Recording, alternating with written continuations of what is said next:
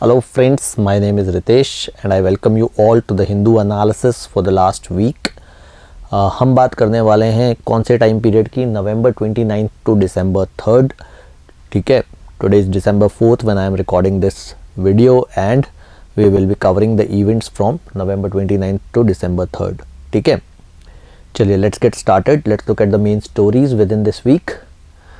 Understanding the new variants of the virus. तो देखो अभी सब जगह बात हो रही है ओमिक्रॉन की, है ना. तो हम सबसे पहले समझेंगे कि ओमिक्रॉन है क्या, उससे जुड़े हुए फैक्ट्स क्या हैं, क्या हमारे लिए इम्पॉर्टेंट है जानना ओमिक्रॉन के बारे में. ठीक है, काफ़ी कुछ आपको पता भी होगा.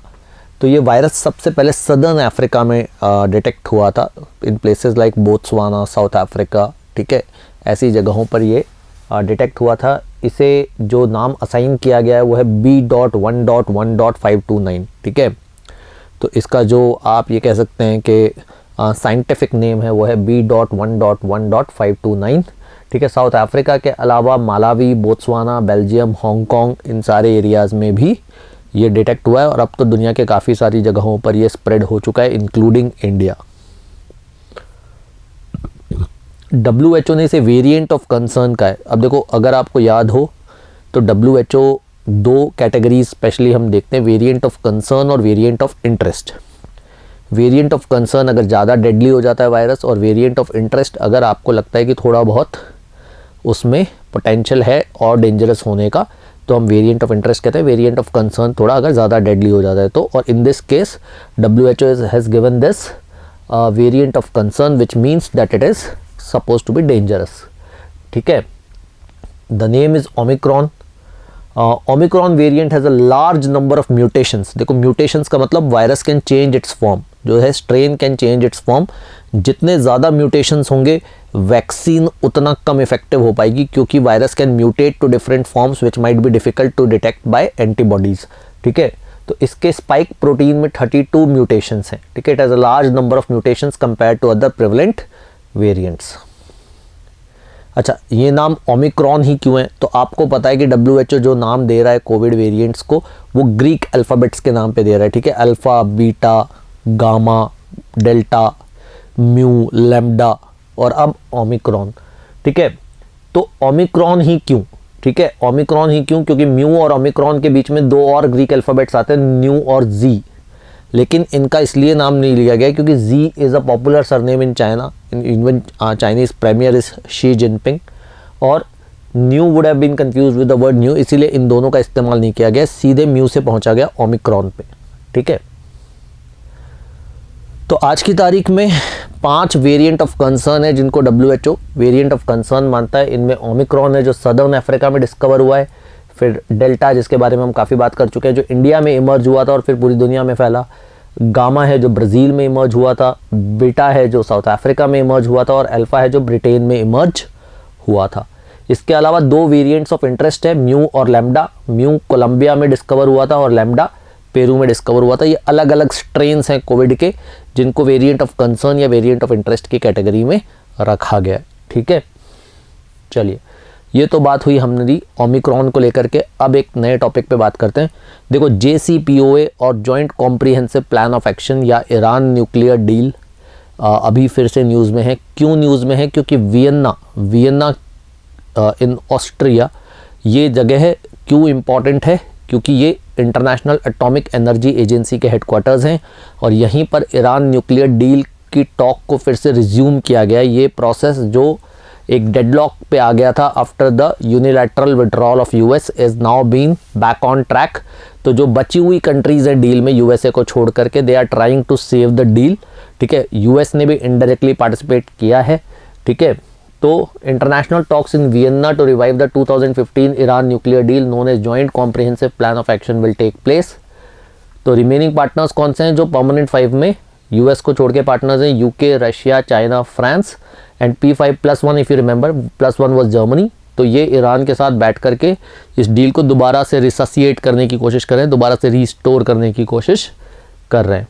तो देखो थोड़ा सा आप में से काफ़ी लोग होंगे जिनको ईरान न्यूक्लियर डील का बैकग्राउंड नहीं पता होगा कि ईरान न्यूक्लियर डील क्या थी. वो सारी चीज़ें इसमें इंपॉर्टेंट है, वहीं से क्वेश्चंस आ सकते हैं तो बेसिकली 2015 में ये एग्रीमेंट हुआ था वियन्ना में ही, ठीक है, एग्रीमेंट भी वियन्ना में हुआ था। इसे joint comprehensive plan of action भी कहा जाता है। एग्रीमेंट किन के बीच में हुआ था? परमानेंट 5 जो यूनाइटेड नेशन सिक्योरिटी काउंसिल के 5 परमानेंट मेंबर्स हैं, USA, UK, France, Russia, China और जर्मनी और ईरान के बीच में एग्रीमेंट हुआ था। इसमें यूरोपियन यूनियन भी शामिल था, हालांकि इट वॉज जो है जनरली हम कहते हैं P5+1 और ईरान के बीच में डील हुई, but European Union was also there in the discussion, ठीक है। अब अगर थोड़ा हिस्टोरिकल बैकग्राउंड देखें कि बेसिकली ईरान के न्यूक्लियर प्रोग्राम का बैकग्राउंड क्या रहा है, तो एक atoms for peace program United States का चलता था, जिसमें वो फ्रेंडली न्यूक्लियर सपोर्ट ऑफर करता था ईरान को, और Iran initially was trying to use nuclear energy for civilian purposes. In fact in 1968 Iran entered into a nuclear non proliferation treaty, 1968 में रेटिफाई हुई, फिर 1970 में फिर रेटिफाई किया गया इसे। तो ये हिस्ट्री थी, बट उसके बाद 1978 में ईरानियन रेवोल्यूशन हुआ और नई सरकार आई। जो नई सरकार थी, it was led by Ayatollah Khomeini and it was openly opposed to the United States of America. तो इस गवर्नमेंट ने फिर यूएस के अगेंस्ट काम करना शुरू किया और इसने सपोर्ट लिया पाकिस्तान, चाइना और रशिया का 1980s में अपने न्यूक्लियर प्रोग्राम के लिए, ठीक है। For a large time Iran maintained कि ये जो न्यूक्लियर एनर्जी का इस्तेमाल हो रहा है या जो न्यूक्लियर प्रोग्राम है वो पीसफुल पर्पसेस के लिए कर रहा है, but the western countries were afraid that Iran might develop a nuclear bomb, और ईरान में जो न्यूक्लियर एनर्जी का इस्तेमाल हो रहा है, जो न्यूक्लियर एनर्जी पे काम हो रहा है, that might not be for peaceful purposes. तो फाइनली 2015 में डील एंटर हुई। डील क्या थी कि Iran will curtail its nuclear program and these countries will remove the sanctions, ठीक है। सीधी सी बात, अगर आसान भाषा में कहा जाए तो ईरान को अपना न्यूक्लियर प्रोग्राम कम करना पड़ेगा और ये कंट्रीज़ उस पर से अपना इकोनॉमिक सैंक्शंस हटा लेंगे, ठीक है। कुछ डिटेल्ड क्लॉजेज मैं आपको बता देता हूँ कि ईरान ने क्या एग्री किया था। ईरान ने कहा था कि वो अपने यूरेनियम के स्टॉकपाइल को 98% तक कम कर लेगा और यूरेनियम एनरिचमेंट 3.67% से ज़्यादा बढ़ने नहीं देगा, ठीक है। अभी थोड़े दिन पहले न्यूज़ आई थी कि 20% एनरिच यूरेनियम भी 210 किलो तक ईरान बढ़ा चुका है, ठीक है। तो उस समय ये एग्रीमेंट हुआ था।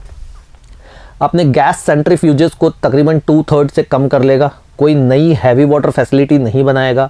जो उसकी न्यूक्लियर फैसिलिटीज़ है एट फर्डो, नटांज एंड अरैक, ये भी सिर्फ सिविलियन पावर जनरेशन के काम आएंगी, ठीक है। International atomic energy agency continuously monitor कर पाएंगे इनकी न्यूक्लियर फैसिलिटीज़ को। They will have regular access to all Iranian nuclear facilities, और एक जॉइंट कमीशन होगा इन गवर्नमेंट्स का। They can also monitor and they can see the implementation of the agreement, ठीक है। under the JCPOA Iran agreed to, ठीक है, agreement provided that in return Iran will receive relief from the sanctions from these countries will remove their sanctions, ठीक है। Post agreement क्या हुआ? Iran ने अपने अग्रीमेंट पे कायम रहा, ईरान ने अपना यूरेनियम एनरिचमेंट कम किया, इन कंट्रीज़ ने भी अपने सैंक्शंस हटाए, ओबामा गवर्नमेंट ने भी सैंक्शंस हटाए, ईरान के बहुत सारे जो फ्रोजन एसेट्स थे उन्हें अनफ्रीज किया गया। तो डील जैसा कि उसका इंटेंडेड ऑब्जेक्टिव था कि ईरान का न्यूक्लियर प्रोग्राम कर्टेल हो और सैंक्शंस रिमूव हो, दोनों काम होते रहे। बट इसमें रोड ब्लॉक कहाँ आया? जब 2018 में डोनाल्ड ट्रंप ने unilaterally without any other party withdrawing, US unilaterally withdrew from the joint comprehensive plan of action, saying that Iran जो है वो अपना बैलिस्टिक मिसाइल प्रोग्राम के थ्रू प्रॉक्सी वॉरफेयर कर रहा है और Iran is not keeping up it's commitments, ऐसा कह करके डोनाल्ड ट्रंप ने अग्रीमेंट से विड्रॉ कर दिया। ईरान ने यूएसए को ऑब्वियसली दोषी माना और उसके बाद अगले ही साल 2019 ऑनवर्ड्स ईरान ने भी अपनी लिमिट्स ब्रीच करना शुरू कर दिया, ठीक है। Iran also decided to breach upon limits by 2019। जनवरी 2020 में ड्रोन स्ट्राइक करके ईरान के एक बहुत famous military commander Qasem Soleimani की हत्या कर दी गई यूएसए के द्वारा, और उसके बाद तो ईरान ने बिल्कुल कह दिया कि अब हम किसी एग्रीमेंट को नहीं मानते, we will look forward to our interest and we will keep on enriching uranium limit. और उसके बाद से ईरान कंसिस्टेंटली ये काम कर रहा है। Finally the better sense prevailed and now all these countries have decided to come on table, decided to discuss how to carry this deal forward. Even जो यूएस में भी लीडरशिप चेंज हो गई है, डोनाल्ड ट्रंप के आज अब Joe Biden आ गए, Joe Biden is more open towards getting into an agreement. तो we might soon see agreement between these countries related to nuclear enrichment and proliferation. ठीक है, ठीक है, will talk about this. Now let's look at the next update. Crypto trade not tracked by government. देखो ये recently government ने अभी एक declaration दिया कि government is not tracking the bitcoin transactions. उन्होंने कहा इंडिया में जो बिटकॉइंस हैं वो अनरेगुलेटेड है, गवर्नमेंट कोई डेटा कलेक्ट कर नहीं रही है बिटकॉइन ट्रेडिंग को लेकर के, और ना ही गवर्नमेंट इसे लीगलाइज करने के मूड में है। ठीक है, तो गवर्नमेंट ने क्या कहा, that we do not collect any information on crypto currency और bitcoin transaction and we have no plans to recognize bitcoin as a currency. यानी ना तो हम बिटकॉइन ट्रांजेक्शंस पे कोई डेटा कलेक्ट करते हैं, ना ही हम बिटकॉइन को एक लीगल स्टेटस देने वाले हैं। It's an unregulated entity in India, so we don't have any business to do with it. In fact we are planning to, जैसे कि पहले भी जुलाई में हमने बात की थी कि RBI is planning on a central bank digital currency. ठीक है, तो पिछले ही महीने आरबीआई ने कहा था कि आरबीआई एक्ट 1934 में एक चेंज किया जाए और बैंक नोट की डेफिनेशन में डिजिटल करेंसी को भी लाया जाए, because RBI is planning to launch its own central bank digital currency. अब देखो सेंट्रल बैंक डिजिटल करेंसी क्या है, तो it is nothing but simply the digital form of a country's fiat currency. Fiat currency मतलब जैसे हमारे notes हैं, coins हैं, ठीक है, जिस पे आरबीआई की बैकिंग होती है। अगर आपने कभी भी कोई नोट देखा हो तो उस पे आरबीआई गवर्नर ने एक प्रॉमिस दिया होता है कि मैं धारक को इतने रुपए अदा करने का प्रॉमिस करता हूँ। ठीक है, तो वो बेसिकली एक तरीके से गवर्नमेंट ऑफ इंडिया का, सेंट्रल बैंक का कमिटमेंट है कि इस नोट पे इतनी वैल्यू है। So that is called fiat currency which is backed by the government's promise. तो it is simply the digital form of that. ठीक है, जैसे आप जब नोट होल्ड करते हो पेपर फॉर्म में वो वैल्यू है, उसी को डिजिटल फॉर्म में बदल देते हैं तो वो डिजिटल करेंसी हो जाती है। Instead of printing paper currency और minting coin, central bank will issue electronic tokens. तो जब भी ये डिजिटल करेंसी आएगी RBI will issue digital tokens और electronic tokens which can be exchanged for a value. ठीक है, it is backed by full faith and credit of the government, that's what fiat currency means. इससे फायदा क्या होगा, आज की तारीख में एक कॉस्ट होती है ना, जब आप नोट को प्रिंट करते हो तो एक कॉस्ट होती है, उसको एक जगह से दूसरी जगह तक लेकर जाने की कॉस्ट होती है। ठीक है, स्टोर करने के लिए कॉस्ट होती है, लॉकर्स चाहिए होते हैं। लेकिन कल को डिजिटल करेंसी होगी तो ना तो उसकी प्रिंटिंग होगी, ना उसको कहीं ट्रांसपोर्ट करने के लिए अलग से गाड़ियाँ जाएंगी, ना ही उसको स्टोर करने के लिए कोई बड़े बड़े वॉल्ट चाहिए होंगे, बैंक्स चाहिए होंगे, कुछ नहीं है, बिल्कुल हवा में ट्रांजैक्शंस होंगे। ठीक है, जैसे कि आज आप पेटीएम पे या किसी बाकी स्टोर्स पे करते हो। तो और सबसे खास बात क्या होगी कि इस पे आरबीआई की बैकिंग होगी। ये कोई क्रिप्टो करेंसी की तरह वोलेटिलिटी इसमें नहीं होगी। क्यों? क्योंकि it will be backed by the government promise, it will be packed to a certain asset, तो इसकी वैल्यू में भी बहुत ज़्यादा चेंजेस नहीं आएंगे। ठीक है, और लोगों को इस पे विश्वास होगा। तो देखो क्रिप्टो करेंसी को लेकर के कुछ इंपॉर्टेंट अपडेट्स जो पिछले कुछ समय में हुए, जैसे एल सल्वाडोर पहली कंट्री बनी जिसने बिटकॉइन को लीगल टेंडर माना। Britain is also working towards it's central bank digital currency. जो ब्रिटेन की सेंट्रल बैंक डिजिटल करेंसी होगी उसे ब्रिटकॉइन कहा जाएगा। ठीक है, ये मैं आपको बता चुका हूँ कि सेंट्रल बैंक डिजिटल करेंसी जो होंगी वो किसी एसेट पे पैक्ड होंगी, चाहे गोल्ड हो या फिएट करेंसी हो, तो फिर इसमें उतनी वोलेटिलिटी नहीं होगी। China is also working on it. 2020 में चाइना ने टेस्टिंग करना शुरू कर दिया था digital currency electronic payments mechanism पे। हमारे यहाँ अप्रैल 2018 में आरबीआई ने क्रिप्टो करेंसीज को बैन कर दिया गया था, बट मार्च 2020 में सुप्रीम कोर्ट ने बैन को अनकॉन्स्टिट्यूशनल करार दिया। तो आज की तारीख में क्रिप्टो करेंसीज चल रही है but they are not regulated. ठीक है, people are doing it at their own risk. अच्छा, let's look at the next update. Last week आपने न्यूज़ में ये पढ़ा होगा कि 12 Rajya Sabha MP suspended for misconduct. Winter session शुरू हुआ और शुरुआत में ही ये बड़ा हंगामा हुआ कि 12 एमपीज़ को सस्पेंड कर दिया गया। कौन से मिसकंडक्ट के लिए? जो उन्होंने पिछले सेशन में मॉनसून सेशन में किए थे, यानी मॉनसून सेशन की गई गलती की सज़ा दी गई विंटर सेशन में। ठीक है, इसको लेकर के ऑपोजिशन ने भी काफ़ी हंगामा मचाया। ठीक है, काफ़ी कुछ न्यूज़पेपर में रहा ये, तो इसके बारे में हम देखेंगे। तो 12 opposition members of Rajya Sabha were suspended for the entire winter session. ऐसा भी नहीं कि एक दिन के लिए, पूरे विंटर सेशन के लिए उनको सस्पेंड कर दिया गया। क्यों? Because of unruly behaviour in previous monsoon session. This is for the first time when Rajya Sabha members have been suspended for misconduct during the previous session. तो ऐसा नहीं कि राज्यसभा मेंबर्स को पहले सस्पेंड नहीं किया गया, बट प्रीवियस सेशन के लिए अगले सेशन में सस्पेंड होने वाला मैटर पहली बार है। ठीक है, अच्छा, ये कौन से रूल के अंडर आता है? राज्यसभा में rule 256 of rules of procedure and conduct of business in Rajya Sabha में ये पावर दी जाती है जहां पर एमपीज़ को सस्पेंड किया जा सकता है एक पूरे सेशन के लिए। उसका इस्तेमाल करते हुए 12 एमपीज़ को सस्पेंड किया गया। ठीक है, तो रूल 256 हमें याद रखना है। अच्छा, एक कृष्णा वाटर डिस्प्यूट भी न्यूज़ में था। देखो कृष्णा वाटर डिस्प्यूट कौन से स्टेट्स के बीच में है? सबसे पहले तो कृष्णा वाटर डिस्प्यूट है कर्नाटका, महाराष्ट्र और आंध्र प्रदेश के बीच में। ओरिजिनली जो डिस्प्यूट था वो इन स्टेट्स के बीच में था। अब आंध्र प्रदेश से तेलंगाना अलग हो चुका है, तो Telangana is also now the party to this dispute. Like other river water disputes, dispute पानी को लेकर के कि कितना पानी किसको मिलना चाहिए, और डिस्प्यूट बहुत पुराना है। ठीक है, अभी ये डिस्प्यूट क्यों न्यूज़ में है? अभी ये डिस्प्यूट इसलिए न्यूज़ में है, बेसिकली आंध्र प्रदेश और तेलंगाना ने कर्नाटका पे आरोप लगाया कि कर्नाटका जो है वो कृष्णा रिवर का वाटर डाइवर्ट कर रहा है अपनी तरफ, यानी पानी ले रहा है कृष्णा रिवर से, और उसका कोई डेटा नहीं दे रहा है कि पिछले 14 सालों में कर्नाटका ने कितना पानी कृष्णा से लिया, उसका कोई डेटा वो देने को तैयार नहीं है। ठीक है, तो Telangana and Andhra Pradesh submitted in supreme court that there is no information coming from Karnataka for past 14 years about how much Krishna river water it is diverted. Karnataka ने क्या कहा है बदले में कि अरे ये जो पानी है ये ओशन में बेकार ही जा रहा है, तो इससे बढ़िया कि ये बेकार चला जाए, हम इसको पानी को अपने स्टेट के लिए इस्तेमाल कर लेते हैं। ठीक है, which is again kind of anyways. तो अगेन देखो कृष्णा वाटर जो ट्रिब्यूनल है, Krishna water distribution tribunal KWDT जो हम कहते हैं, ये जो ट्रिब्यूनल है, जो सेकंड ट्रिब्यूनल है, इसका ऑर्डर 2010 में आया था, जो अनफॉर्चुनेटली वेकेशन की वजह से, सुप्रीम कोर्ट वेकेशन की वजह से नोटिफाई हो नहीं पाया। और लॉ ये कहता है कि जब तक कोई भी बेसिकली कोई भी लॉ पास होने के बाद ऑफिशियल गैजेट में नोटिफाई होता है, अगर नोटिफाई नहीं हो पाता है तो उसको इम्प्लीमेंट नहीं किया जा सकता। तो सुप्रीम कोर्ट वेकेशन की वजह से उस समय ये नोटिफाई हो नहीं पाया, और 2011 में सुप्रीम कोर्ट ने इसे नोटिफाई करने से मना कर दिया।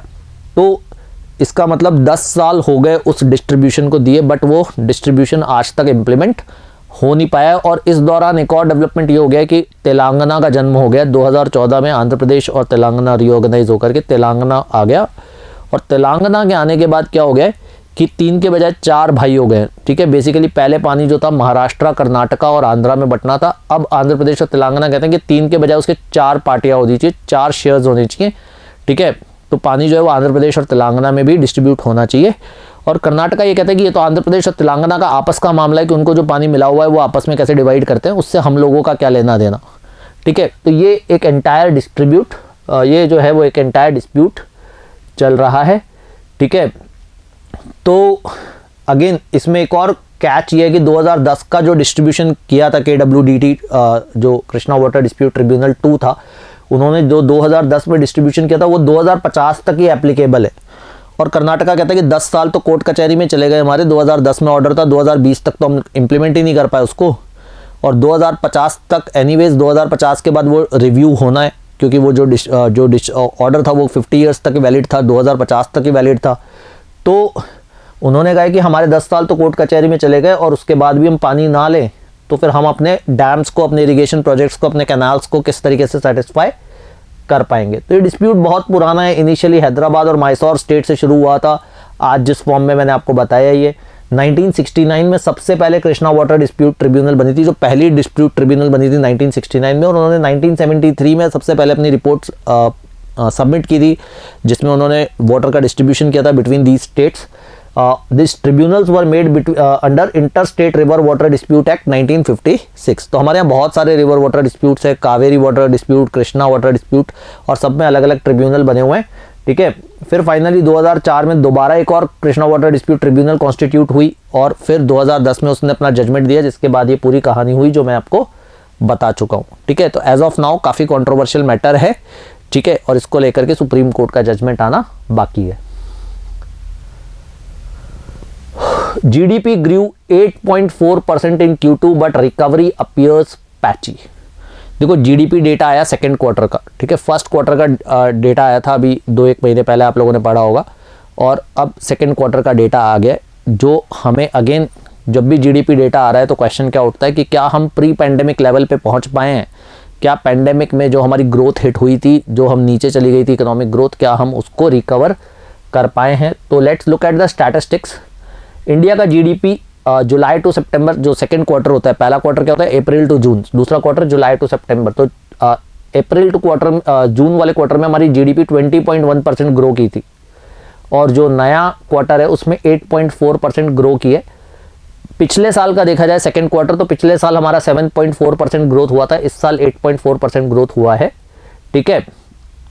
और ग्रॉस वैल्यू एडेड 8.5% राइज हुआ है, that is a different thing.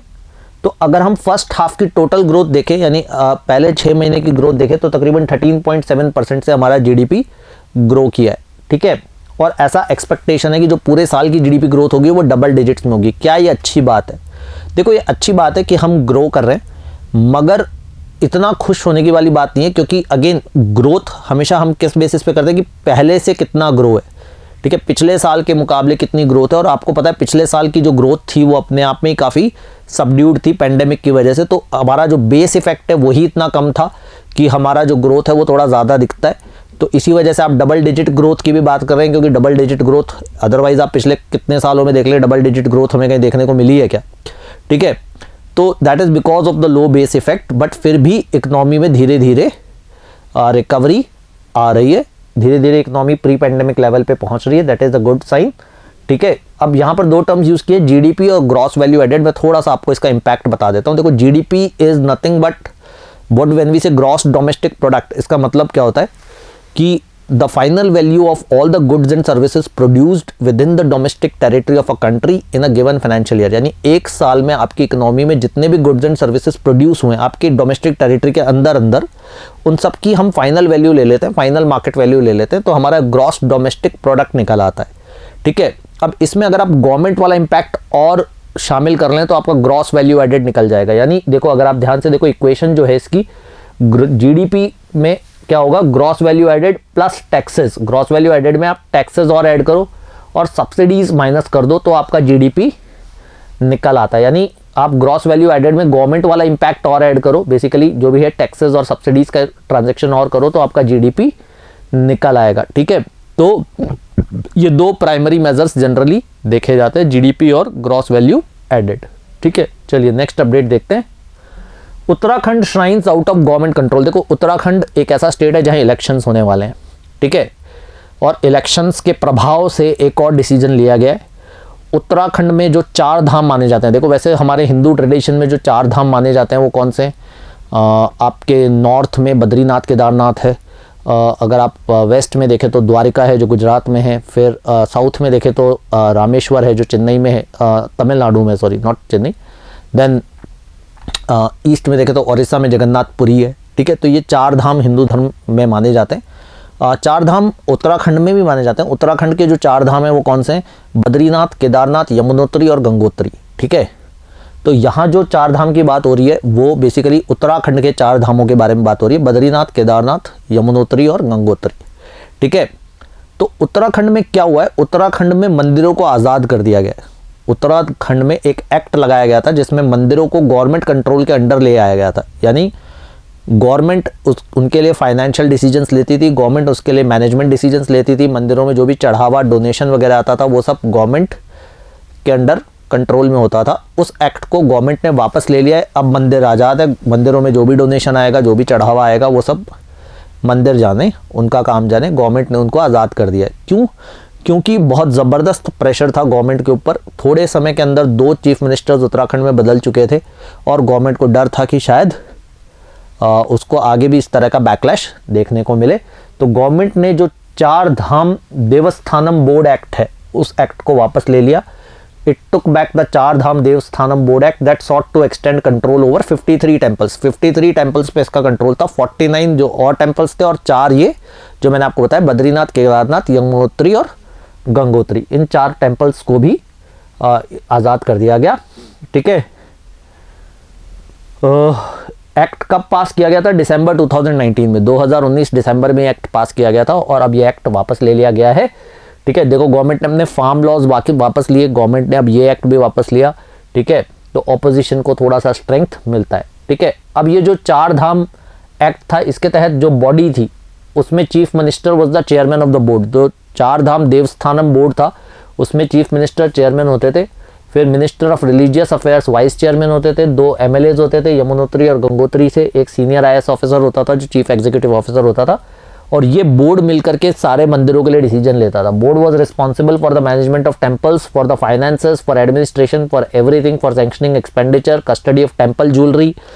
तो मंदिरों में जो भी जवाहरात, जेवर, चढ़ावा जो भी आता था वो सब इनके कंट्रोल में रहता था। अच्छा, इससे पहले क्या था, जब ये एक्ट पास नहीं हुआ था तो क्या था, तो ये मंदिर आते थे बद्रीनाथ केदारनाथ एक्ट 1939 के अंडर, ठीक है। और इस एक्ट के तहत फिर ये गंगोत्री और यमुनोत्री आज़ाद थे। जब ये एक्ट था बद्रीनाथ केदारनाथ एक्ट 1939, तो उस समय गंगोत्री और यमुनोत्री आज़ाद थे और ये जो थे ये लोकल ट्रस्ट्स के अंडर थे। तो यानी जो भी चढ़ावा फिर इन मंदिरों में आता था उस पर गवर्नमेंट का कोई कंट्रोल नहीं होता था। ऑब्वियसली जब गवर्नमेंट का कंट्रोल होने लगा तो people were not very happy about it.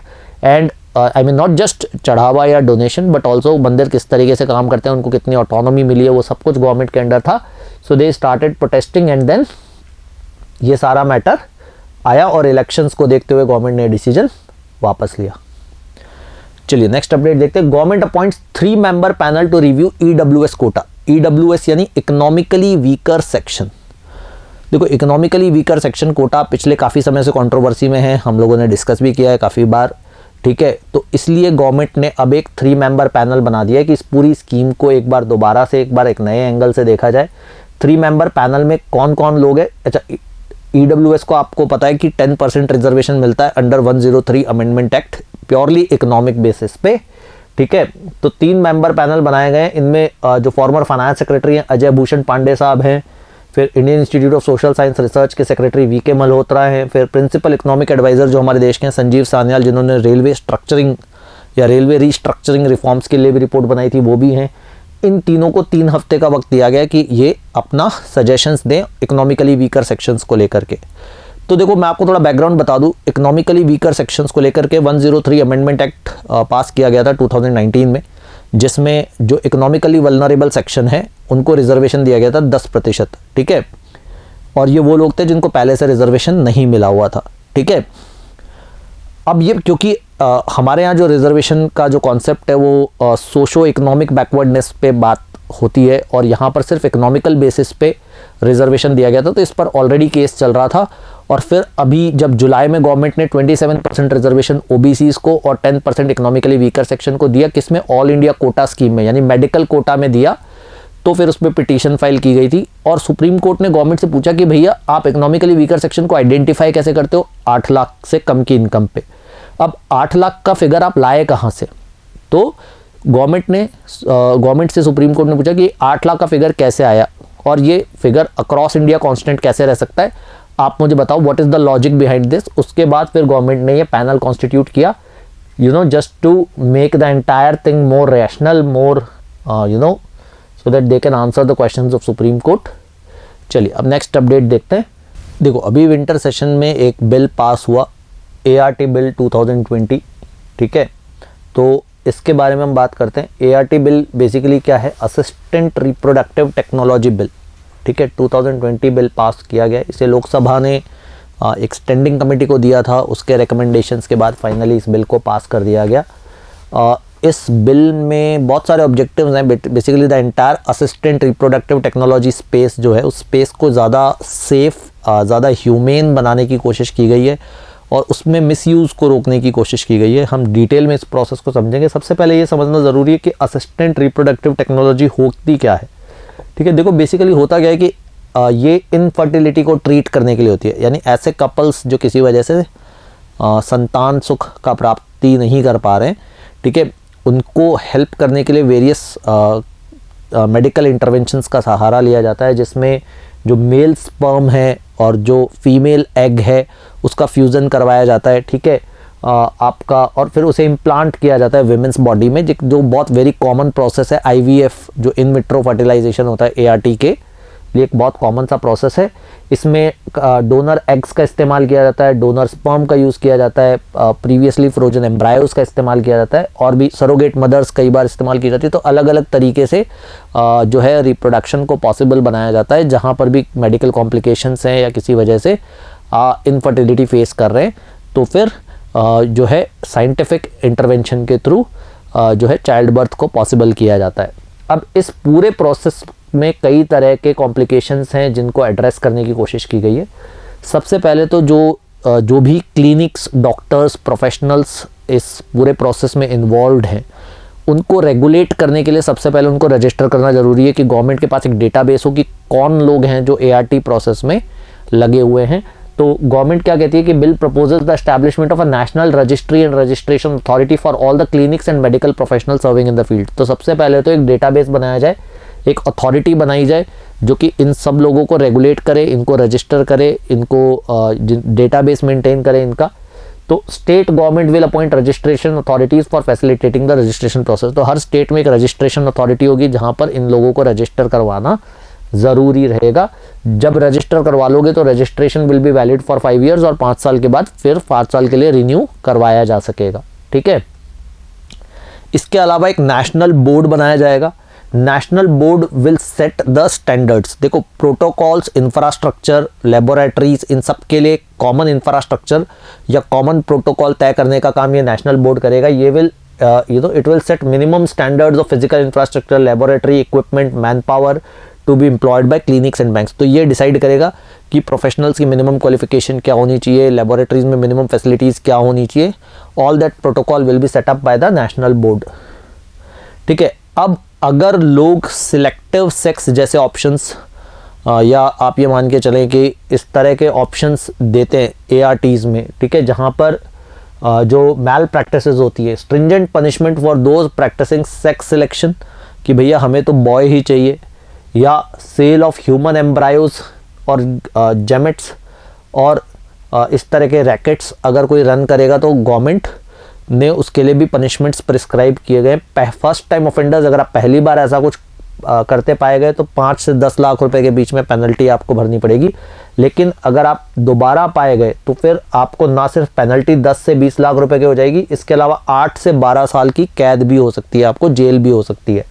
ठीक है। अगर आप इस तरह का कोई एडवर्टाइजिंग रन करेंगे, अगर कोई भी क्लिनिक या बैंक एडवर्टाइज या सेक्स सिलेक्टिव आर्ट इस तरह का कोई एडवर्टाइजमेंट रन करता हुआ पाया गया तो भी 5 से 10 साल की जेल या 10 से 25 लाख रुपए तक का फाइन लगाया जा सकता है। तो यानी स्ट्रिंजेंट पनिशमेंट डिफाइन की गई है। जो लोग ART के बहाने जो है मैल प्रैक्टिसेस करेंगे उन पे government will take stringent action. अच्छा, इसमें एक कॉन्ट्रोवर्शियल पॉइंट ये है कि जो ARTs हैं वो सिर्फ हेट्रोजेनस कपल्स को अलाउड की गई है। ठीक है। यानी बेसिकली जो लोग लिव इन में रह रहे हैं, फॉर एग्जांपल अगर शादीशुदा नहीं है तो वो ART का इस्तेमाल करके बेबी नहीं प्लान कर सकते, या जो लोग होमोसेक्सुअल्स हैं, लेस्बियंस हैं, गेज हैं, क्वीर्स हैं, ठीक है, जो LGBTQ+ इंडिविजुअल्स हैं, ये लोग भी ARTs का इस्तेमाल करके माता या पिता नहीं बन सकते। ठीक है। Single man can not become a. तो ये सारी जो आपको ARTs की सर्विसेज हैं ये सिर्फ मैरिड कपल्स के लिए अलाउ की गई हैं। ठीक है। उसके अलावा जो भी फीमेल डोनर है, ठीक है, उनको इंश्योर्ड होना ज़रूरी है। उनसे भी आप मैक्सिमम 7 टाइम्स एग ले सकते हो। इस तरह की बेसिक फॉर्मेलिटीज़ और ऐड की गई है ताकि जो फीमेल डोनर्स हैं उनको प्रोटेक्ट किया जा सके। तो ART बिल को आप अच्छे से पढ़ सकते हैं, इंपॉर्टेंट बिल है। ठीक है। देखो, आप लोगों ने चाइना का बेल्ट एंड रोड इनिशिएटिव या सिल्क रूट इनिशिएटिव के बारे में, सिल्क रोड इनिशिएटिव के बारे में पढ़ा होगा, काफ़ी न्यूज़ में रहता है। अभी इसी को काउंटर करने के लिए कह सकते हो, या आप ये मान लीजिए कि इसी का एक counter opposition proposal European union ने कहा है जिसका नाम है गोल्डन गेटवे। ठीक है। तो जिस तरह जो बेल्ट एंड रोड इनिशिएटिव है वो पूरी दुनिया भर में इंफ्रास्ट्रक्चर क्रिएट करने की बात करता है, उसी तरह से गोल्डन गेटवे का भी ऐसा ही प्लान है।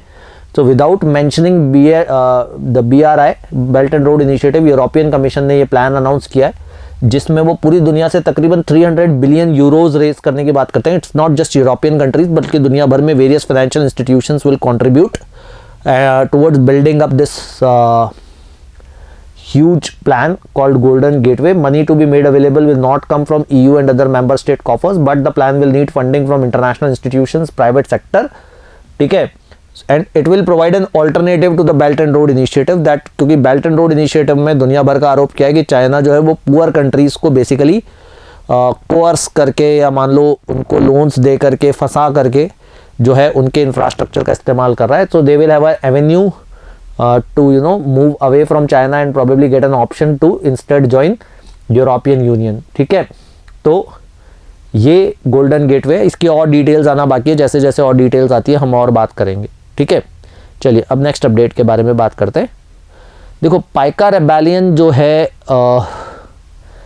देखो अगेन ये एक क्लासिक एग्जाम्पल है। जब आप लोग मुझसे पूछते हो कि सर स्टैटिक जीके में क्या पढ़ें, तो देखो स्टैटिक जीके अपने आप में काफ़ी बड़ा वास्ट पार्ट है और सब कुछ पढ़ना नहीं होता है। अगेन आपको ये बताता है कि कौन सा पार्ट जो है वो न्यूज़ में है स्टैटिक जीके का, जिसको आप थोड़ा और डेप्थ में पढ़ सकते हो। जैसे साबरमती आश्रम अगर रिवैम्प हो रहा है तो आप साबरमती आश्रम के बारे में पढ़ सकते हो। जलियांवाला बाग म्यूजियम रिस्टोर हो रहा है तो आप जलियांवाला बाग इंसिडेंट के बारे में पढ़ सकते हो। उसी तरह से पाइका रेबेलियन अभी न्यूज़ में है जो कि मॉडर्न हिस्ट्री का पार्ट है, तो पाइका रेबेलियन के बारे में आप डेप्थ में पढ़ सकते हो, ठीक है। तो जब भी ऐसी कोई चीज़ होती है तो आपको समझ में आ जाता है कि स्टैटिक हिस्ट्री का ये वाला पार्ट है जो कहीं ना कहीं पूछा जा सकता है और हमें उस पार्ट को अच्छे से तैयार कर लेना चाहिए। अब देखो पाइका रेबेलियन क्यों न्यूज़ में है। देखो पाइका रेबेलियन को ओडिशा गवर्नमेंट ने डिक्लेयर किया था, ऐसा चाहा था कि उसे first war of Indian independence कहा जाए। First war of Indian independence हम किसे कहते हैं, रिवोल्ट ऑफ 1857, जिसमें रानी लक्ष्मीबाई, मंगल पांडे, बहादुर शाह जफर इन सब ने पार्टिसिपेट किया था। आप लोगों ने काफ़ी सुना होगा उसके बारे में। और क्योंकि ये 1817 में हुआ था पाइका रेबेलियन, तो कहा गया कि क्योंकि ये 1857 से पहले हुआ था तो इसे first war of Indian independence कहा जाए। हालांकि गवर्नमेंट ने ये तो डिसीजन नहीं लिया कि इसे first war of Indian independence कहा गया, मगर ये डिसीजन लिया गया कि क्योंकि एक इम्पॉर्टेंट रिवोल्ट था, इसे क्लास 8th की टेक्स्ट बुक्स में शामिल किया जाए और बच्चों को इसे पढ़ाया जाए, ठीक है। तो 1817 Paika rebellion of Odisha could not be called the first war of Indian independence, but considering it as a beginning of a popular uprising, it would be included as a case study in class 8th NCERT history textbook। तो class 8th की NCERT history textbooks में Paika rebellion के बारे में बताया जाएगा। देखो अब पाइका रेबेलियन के बारे में अगर हम बात करें, 1817 में ये हुआ था। It was basically against British by Paikas of Khurda in Odisha. Khurda एक जगह का नाम है। पाइकाज का लिटरल मीनिंग होता है वॉरियर। तो ये एक लैंडेड मिलिशियाज थे वहाँ पर उड़ीसा में, जिन्होंने ये रिवोल्ट किया था ब्रिटिशर्स के अगेंस्ट। ये किसकी लीडरशिप में हुआ था, बख्शी जगबंधु विद्याधर, ठीक है। इसके जो लीडर थे वो थे बख्शी जगबंधु विद्याधर, ठीक है। पाइका जैसा मैंने कहा लिटरली ट्रांसलेट्स टू वॉरियर और fighter in Odia. They were the landed militia, जो कि जो उस समय उड़ीसा में गजपति रूलर्स थे, उनके लिए पुलिसिंग फंक्शंस भी करते थे। और इन्हीं लोगों ने ब्रिटिश जो समय एस्टैब्लिशमेंट था उसके अगेंस्ट रिवोल्ट किया था। तो in 1817 basically a group of 400 Khonds march to Khurda and declared their intentions to free Khurda and Ghumusar from the British rule. इन 400 खॉन्स को ज्वाइन किया पाइकाज ने और इन्होंने ब्रिटिशर्स के अगेंस्ट रिवोल्ट किया। बट बाय 1819 लगभग 2 सालों में इस रिवोल्ट को सप्रेस कर दिया गया था। इसके जो मेन कमांडर थे उनका नाम हमें जरूर याद रखना है, बख्शी जगबंधु विद्याधर, ठीक है। He was the commander of the militia army of Khurda's Gajapati king and Khurda was a kingdom near Puri. तो ये जो बेसिकली खुर्दा के आसपास पूरा रिवोल्ट प्लान किया गया था और इसके लीडर थे बख्शी जगबंधु विद्याधर, जिनको पाइकाज ने सपोर्ट किया था। रिवोल्ट 2 साल चला 1817 टू 1819, बट फाइनली वो suppressed by the British government. चलिए नेक्स्ट अपडेट देखते हैं। देखो स्मार्ट सिटीज मिशन आपको याद होगा, जिसके तहत 100 शहरों को स्मार्ट सिटीज बनाना था, ठीक है। और इस मिशन की डेडलाइन बढ़ा करके जून 2023 कर दी गई है, ठीक है। जून 2023 इसकी डेडलाइन कर दी गई है, ठीक है। अब बेसिकली ये प्रोजेक्ट जो है वो आपका शुरू हुआ था 2015 के आसपास, ठीक है। Deadline for completing project under smart cities mission was extended for all 100 participating cities to June 2023। 2015 में स्कीम अनाउंस हुई थी। तो जो शहर चुने गए थे इसमें वो चुने गए थे 2016 से 2018 के बीच में, ठीक है। तो जो 100 शहर चुने गए थे, कुछ शहर 2016 में, कुछ शहर 2017 में, कुछ शहर 2018 में, इस तरह से चुने गए थे। और 5 साल का टाइम दिया गया था कि उन शहरों को स्मार्ट सिटी बनाने के लिए, ठीक है। तो ऑब्वियसली जो शहर 2016 में चुने गए उनको स्मार्ट सिटी बनाना था 2021 तक। ऑब्वियसली 2021 तो आ चुका है, इस बीच में 2 साल का पेंडेमिक आ गया, तो ऑब्वियसली काम डिले हो गया। तो इसको डेडलाइन को 2021 से बढ़ा करके 2023 कर दिया। यानी अब जो शहर 2016 में चुने गए थे उनकी डेडलाइन 2021 से बढ़ा के 2023 कर दी गई है। जो शहर 2017 में चुने गए थे उनकी डेडलाइन 2022 थी, वो 2024 हो जाएगी। जिनकी डेडलाइन 2018 में चुने गए थे वो 2023 पे थे, तो उनकी डेडलाइन 2025 हो जाएगी। अकॉर्डिंगली सारा काम मूव हो जाएगा, क्योंकि सबके पास दो एक साल का गैप हो गया जिस दौरान प्रोजेक्ट्स पे काम नहीं हो पाए। स्मार्ट सिटी मिशन आपको पता है, शहरों को स्मार्ट सिटी बनाना था, स्मार्ट इंफ्रास्ट्रक्चर, सैनिटेशन, वो सारी बातें की गई थी। स्मार्ट सिटीज़ मिशन के बारे में ज़रूर आप पढ़ सकते हैं। तेजस्वी यादव जी ने कहा है कि बिहार में कास्ट सेंसस करवाना है। देखो, कास्ट सेंसस इस साल काफ़ी न्यूज़ में रहा है। बेसिकली इनिशियली बिहार गवर्नमेंट ने, जो चीफ मिनिस्टर नीतीश कुमार है, एक बड़ा डेलीगेशन लेकर के गए थे मोदी साहब के पास। इन्होंने प्राइम मिनिस्टर से भी रिक्वेस्ट की थी कि कास्ट सेंसस करवाया जाए। और ये सब बातें क्यों की गई थी, क्योंकि 127th अमेंडमेंट के थ्रू स्टेट्स को ये पावर दे दिया गया कि they can create their own OBC list. तो उनको ये पावर दिया गया कि आप अपनी खुद की ओबीसी लिस्ट बना सकते हैं। और स्टेट्स ने कहा कि हम अपनी ओबीसी लिस्ट बना तो लें, but how do we know कि कौन सी कास्ट बैकवर्ड है, कौन सी कास्ट फॉरवर्ड है, क्योंकि आज जो बैकवर्ड है वो ज़रूरी नहीं हमेशा बैकवर्ड रहे। ठीक है, तो हमारे पास वो डेटा है कहाँ? कास्ट सेंसस तो आपने आखिरी बार करवाया था 1931 में। 1931 के बाद कोई कास्ट सेंसस हुआ नहीं है। 2011 में जो सेंसस हुआ था उसका डेटा आपने पब्लिश किया नहीं है। तो हमें कैसे पता कौन सी कास्ट फॉरवर्ड है, कौन सी कास्ट बैकवर्ड है? उन्होंने कहा था गवर्नमेंट से कि गवर्नमेंट सर आप जो है एनीवेज सेंसस करवा रहे हैं इस साल, आप कास्ट सेंसस भी करवा लें। गवर्नमेंट ने कहा कि नहीं, ये तो पॉसिबल है नहीं, और 2011 का जो डेटा है उस पर रिलाई नहीं किया जा सकता, वो डेटा यूजलेस है। ठीक है, तो यानी गवर्नमेंट ने दोनों रास्ते बंद कर दिए कि ना तो 2011 का डेटा हम पब्लिश करेंगे, ना ही हम कास्ट सेंसस करवाएंगे। तो स्टेट्स के पास क्या चारा बचता है? तो फिर बिहार ने डिसाइड किया कोई बात नहीं, आप मत करवाओ, हमारे स्टेट में हम खुद कास्ट सेंसस करवा लेंगे। ठीक है, तो बेसिकली तेजस्वी यादव ने नीतीश कुमार के साथ मिलकर कहा है कि हम एक स्टेट स्पेसिफिक कास्ट एक्सरसाइज करवा लेंगे, हम अपने स्टेट में खुद पता कर लेंगे कि कास्ट डेटा। बेसिकली जब सेंसस होता है तो शेड्यूल्ड कास्ट और शेड्यूल्ड ट्राइब का डेटा तो कलेक्ट किया जाता है, बट बाकी कास्ट का डेटा कलेक्ट नहीं किया जाता। Every census in independent India from 1951 to 2011 has published data on scheduled caste and scheduled tribes, but not on other caste. Before that every census until 1931 had data on caste. और जो social economic caste census of 2011 था, इसमें भी दो components थे। एक rural और urban का सोशो इकोनॉमिक सर्वे था, और दूसरा बेसिकली कास्ट सेंसस था। अब जो पहले पार्ट का डेटा तो पब्लिश हुआ, दूसरा कास्ट सेंसस का डेटा आज तक पब्लिश नहीं हुआ। गवर्नमेंट ने कहा उस डेटा में बहुत सारे एरर्स हैं, तो हम वो डेटा यूज़ ही नहीं कर सकते, वो डेटा किसी भी पॉलिसी मेकिंग के काम का नहीं है, इसीलिए हमने वो डेटा पब्लिश नहीं किया। और उस समय के जो registrar general and census commissioner थे, उन्होंने कहा था 98% तक एक्यूरेट है। अब माने किसकी पता नहीं, but as of now government तो कास्ट सेंसस करवा नहीं रही, स्टेट ने डिसाइड किया कि हम अपना कास्ट सेंसस करवाएंगे। चलिए नेक्स्ट अपडेट देते हैं जाइकोव डी के लिए। So will talk about ZyCoV D now. देखो, इफ़ यू रिमेंबर, हिंदुस्तान में 18+ के लिए कोविड के लिए 3 वैक्सीन्स अलाउ की गई थी। Covaxin by Bharat Biotech, Covishield by Serum Institute of India and Oxford, और स्पुतनिक जो हमने रशिया से ली थी। अब एक चौथी वैक्सीन आई है जाइकोव डी। जाइकोव डी को अप्रूवल मिला, जाइकोव डी को जाइडस कैडिला ने बनाया है।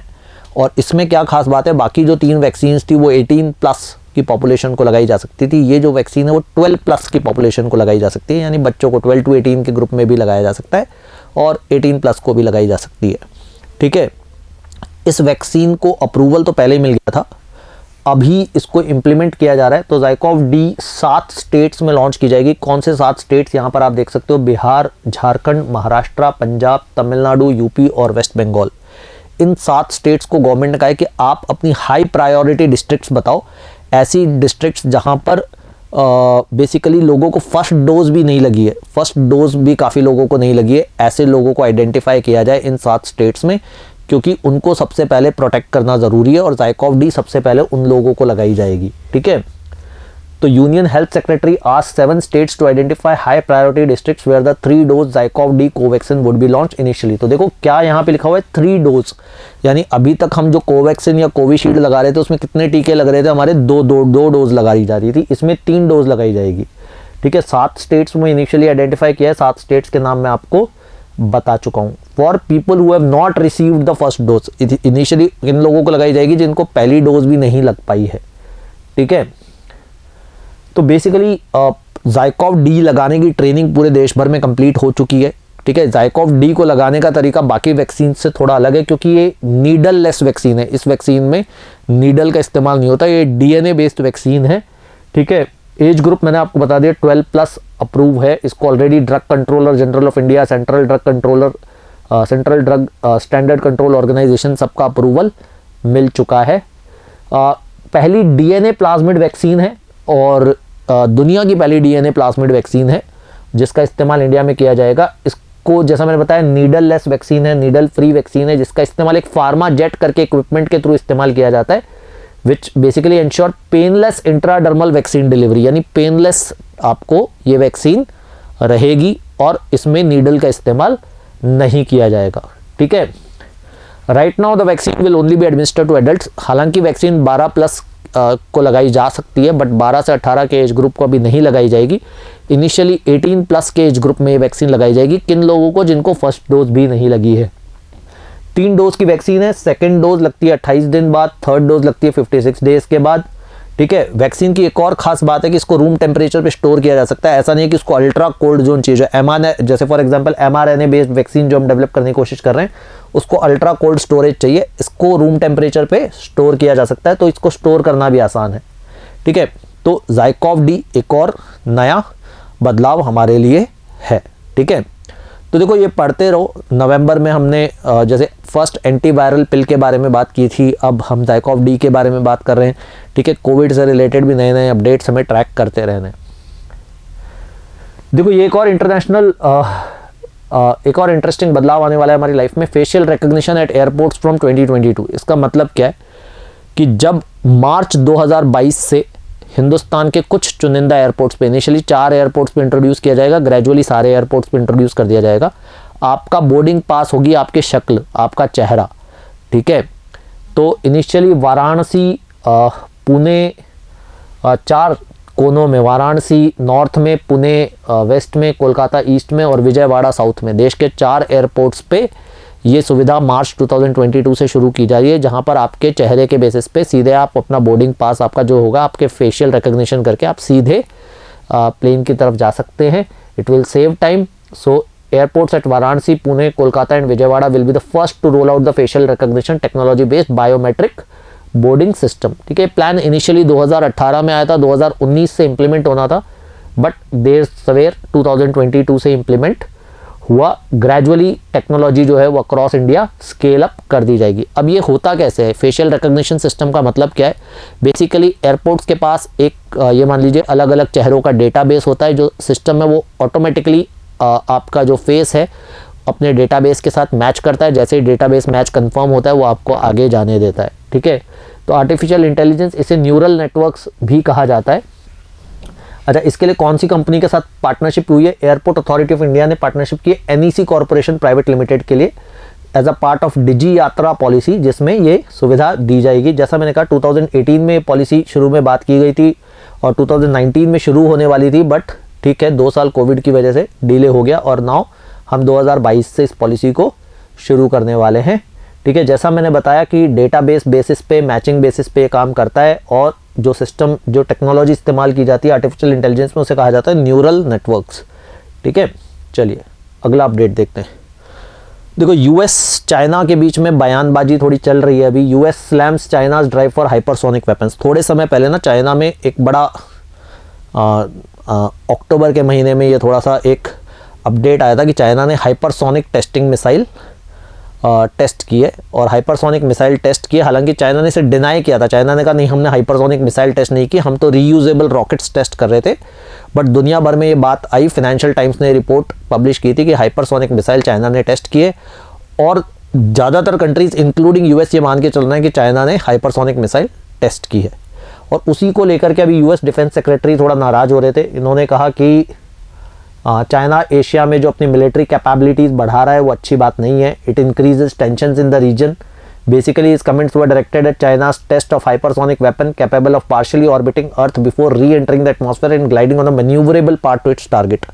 तो ये जो हाइपरसोनिक मिसाइल है ये मैन्यूवरेबल पाथ, यानी अपना पाथ चेंज भी कर सकती है, एक फिक्स्ड पाथ पे नहीं चलती, तो और भी ज़्यादा डेंजरस हो जाती है। इसकी खास बात क्या है कि ये साउथ पोल से US को अटैक कर सकती है। अब US के जो मिलिट्री इंस्टॉलेशन है वो इस तरह से कि नॉर्थ पोल से आते हुए अटैक को तो वो बचा सकते हैं, मगर साउथ पोल से आते हुए अटैक के लिए उनके पास डिफेंस नहीं है। तो it can actually evade the US defences, इसीलिए वो ज़्यादा चिंता में। तो weapon could in theory fly over the south pole, that would pose a big challenge for the US military because its missile defence systems are focused on the northern polar route. ठीक है, तो hypersonic का मतलब क्या है, basically sound से 5 गुना तेज, यानी sound की स्पीड से भी 5 गुना तेज या 5 से ज़्यादा गुना तेज जो मिसाइल चलती है उनको अपन हाइपरसोनिक मिसाइल्स कहते हैं। और ये स्क्रैमजेट टेक्नोलॉजी पे काम करती है। ज़्यादातर जो हाइपरसोनिक मिसाइल्स हैं वो स्क्रैमजेट टेक्नोलॉजी पे काम करती है। तो इस समय रशिया और यूएस ऐसी कंट्रीज़ हैं जो हाइपरसोनिक मिसाइल्स पे काम कर रहे हैं, जिनके पास मिसाइल्स हैं। और नया जो मेंबर इसमें ज्वाइन हुआ है वो चाइना हो सकता है। देखिए, अब कुछ छोटे छोटे अपडेट्स, ये तो बात हमने जो कई बड़े बड़े टॉपिक्स थे, जो अब कुछ छोटे छोटे अपडेट्स हैं। जैसे चेक में नए प्राइम मिनिस्टर आए, पेट्रो फियाला। ठीक है, ये एक छोटा वन लाइनर अपडेट है। और ट्विटर में नए चीफ चुने गए, जैक डॉर्सी की जगह पर हमारे इंडियन ओरिजिन व्यक्ति पराग अग्रवाल जो राजस्थान से हैं, ये नए ट्विटर चीफ चुने गए।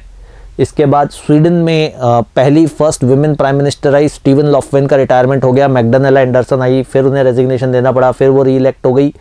तो ये एक छोटा सा पॉइंट आया। फिर यूके ने घोषणा की कि जितने भी एडल्ट्स हैं उन सबको बूस्टर शॉट मिलेगा। ठीक है, बेसिकली 2 डोजेस के बाद एक तीसरी डोज बूस्टर शॉट भी मिलेगा। यूके थोड़ा प्रोएक्टिवली काम कर रहा है। मैंने शायद आपको बताया था कि जो पहली एंटीवायरल पिल है मोलनुपिराविर, जिसे मर्क फार्मास्यूटिकल्स ने बनाया, उसे भी दुनिया की पहली कंट्री जिसे अप्रूव किया वो यूके ही थी। और अभी इन्होंने सबको बूस्टर शॉट्स अप्रूव कर दिया है, 3rd कोविड-19 जैब। पहले कॉन्सेप्ट ये था कि जिनकी एज 40 से ज़्यादा है उनको बूस्टर डोज 6 महीने बाद मिलेगी, उनकी सेकेंड डोज के बाद। बट अब क्या कह दिया कि 18 से ऊपर जो भी लोग हैं उन सबको बूस्टर डोज दे दी जाएगी, और वो भी 6 महीने के बाद के बजाय 3 महीने बाद ही दे दी जाएगी।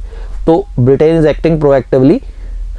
देखो, हाल ही में रिलायंस कैपिटल को लेकर के एक अपडेट आया। आरबीआई ने रिलायंस कैपिटल के बोर्ड को आउस्ट कर दिया, यानी उनको सुपरसीड कर लिया। उनके बोर्ड मेंबर्स को हटा के अपने बोर्ड मेंबर्स डाल दिए। उन्होंने ऐसा क्यों किया? क्योंकि रिलायंस कैपिटल अपने लोन्स नहीं चुका पा रहा था। रिलायंस कैपिटल अनिल अंबानी की कंपनी है और RBI superseded the board of directors of Reliance capital. ठीक है, उनकी जगह पे अभी कौन से मेंबर को बैठाया? उन्होंने नागेश्वर राव वाई नागेश्वर राव को एडमिनिस्ट्रेटर ऑफ द कंपनी चुना गया है। और अब जो है Reliance capital will be sent under insolvency and bankruptcy code, यानी बेसिकली उसके जो भी एसेट्स हैं उन सबको बेच बिचा करके जो भी क्रेडिटर्स हैं उनका पैसा चुकाया जाएगा। ठीक है, चलिए नेक्स्ट अपडेट देखते हैं। देखो, ये आज का last update. India join G20 troika with Indonesia and Italy. Troika का मतलब क्या है? G20 में कॉन्सेप्ट है कि जो भी 3 कंट्रीज होती हैं जिन्होंने समिट होस्ट किए, जो अगले साल होस्ट करने वाली है और जो उसके अगले साल होस्ट करने वाली हैं, ये तीनों एक कंटिन्यूएशन में काम करती है और इसे G20 ट्रॉयका कहा जाता है। ठीक है, तो आपको पता है इस साल G20 समिट हुई थी रोम, इटली में। तो Italy is one of the countries. अगले साल ये होने वाली है इंडोनेशिया में, और उसके अगले साल 2023 में इंडिया होस्ट करने वाला है। तो इसे G20 ट्रॉयका कहा गया है। दीज कंट्रीज विल कोऑर्डिनेट, ताकि G20 का एजेंडा जो है वो बिना किसी रोक के अनवरत चलता रहे। तो इसे G20 ट्रॉयका कहा गया है between India, Indonesia and Italy. So India join the G20 troika. India will assume the G20 presidency on December 1, 2022। अगले साल 1 दिसंबर 2022 में इंडोनेशिया से लेगी, और फिर 2023 में India will host the summit. अगले साल 2022 की समिट की थीम क्या चुनी गई है?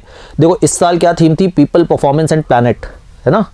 People, performance and planet. और इस साल जो अगली साल की जो थीम है वो है रिकवर टुगेदर, रिकवर स्ट्रॉन्गर। ठीक है, पीपल, प्लैनेट एंड प्रॉस्पेरिटी, ऐसा करके उस थीम था इस साल। अगले साल जो थीम है वो है recover together and recover stronger. ठीक है, चलिए on this note I will wrap up today's session. ठीक है, and I will meet you definitely next week. Decoded में हम ऑलरेडी फार्म ब्लास्ट पे एक वीडियो बना चुके हैं। ठीक है, और अगले हफ्ते हम फिर मिलेंगे एक नए अपडेट के साथ, talking about the next week's news updates. Till then, take care, goodbye and keep reading.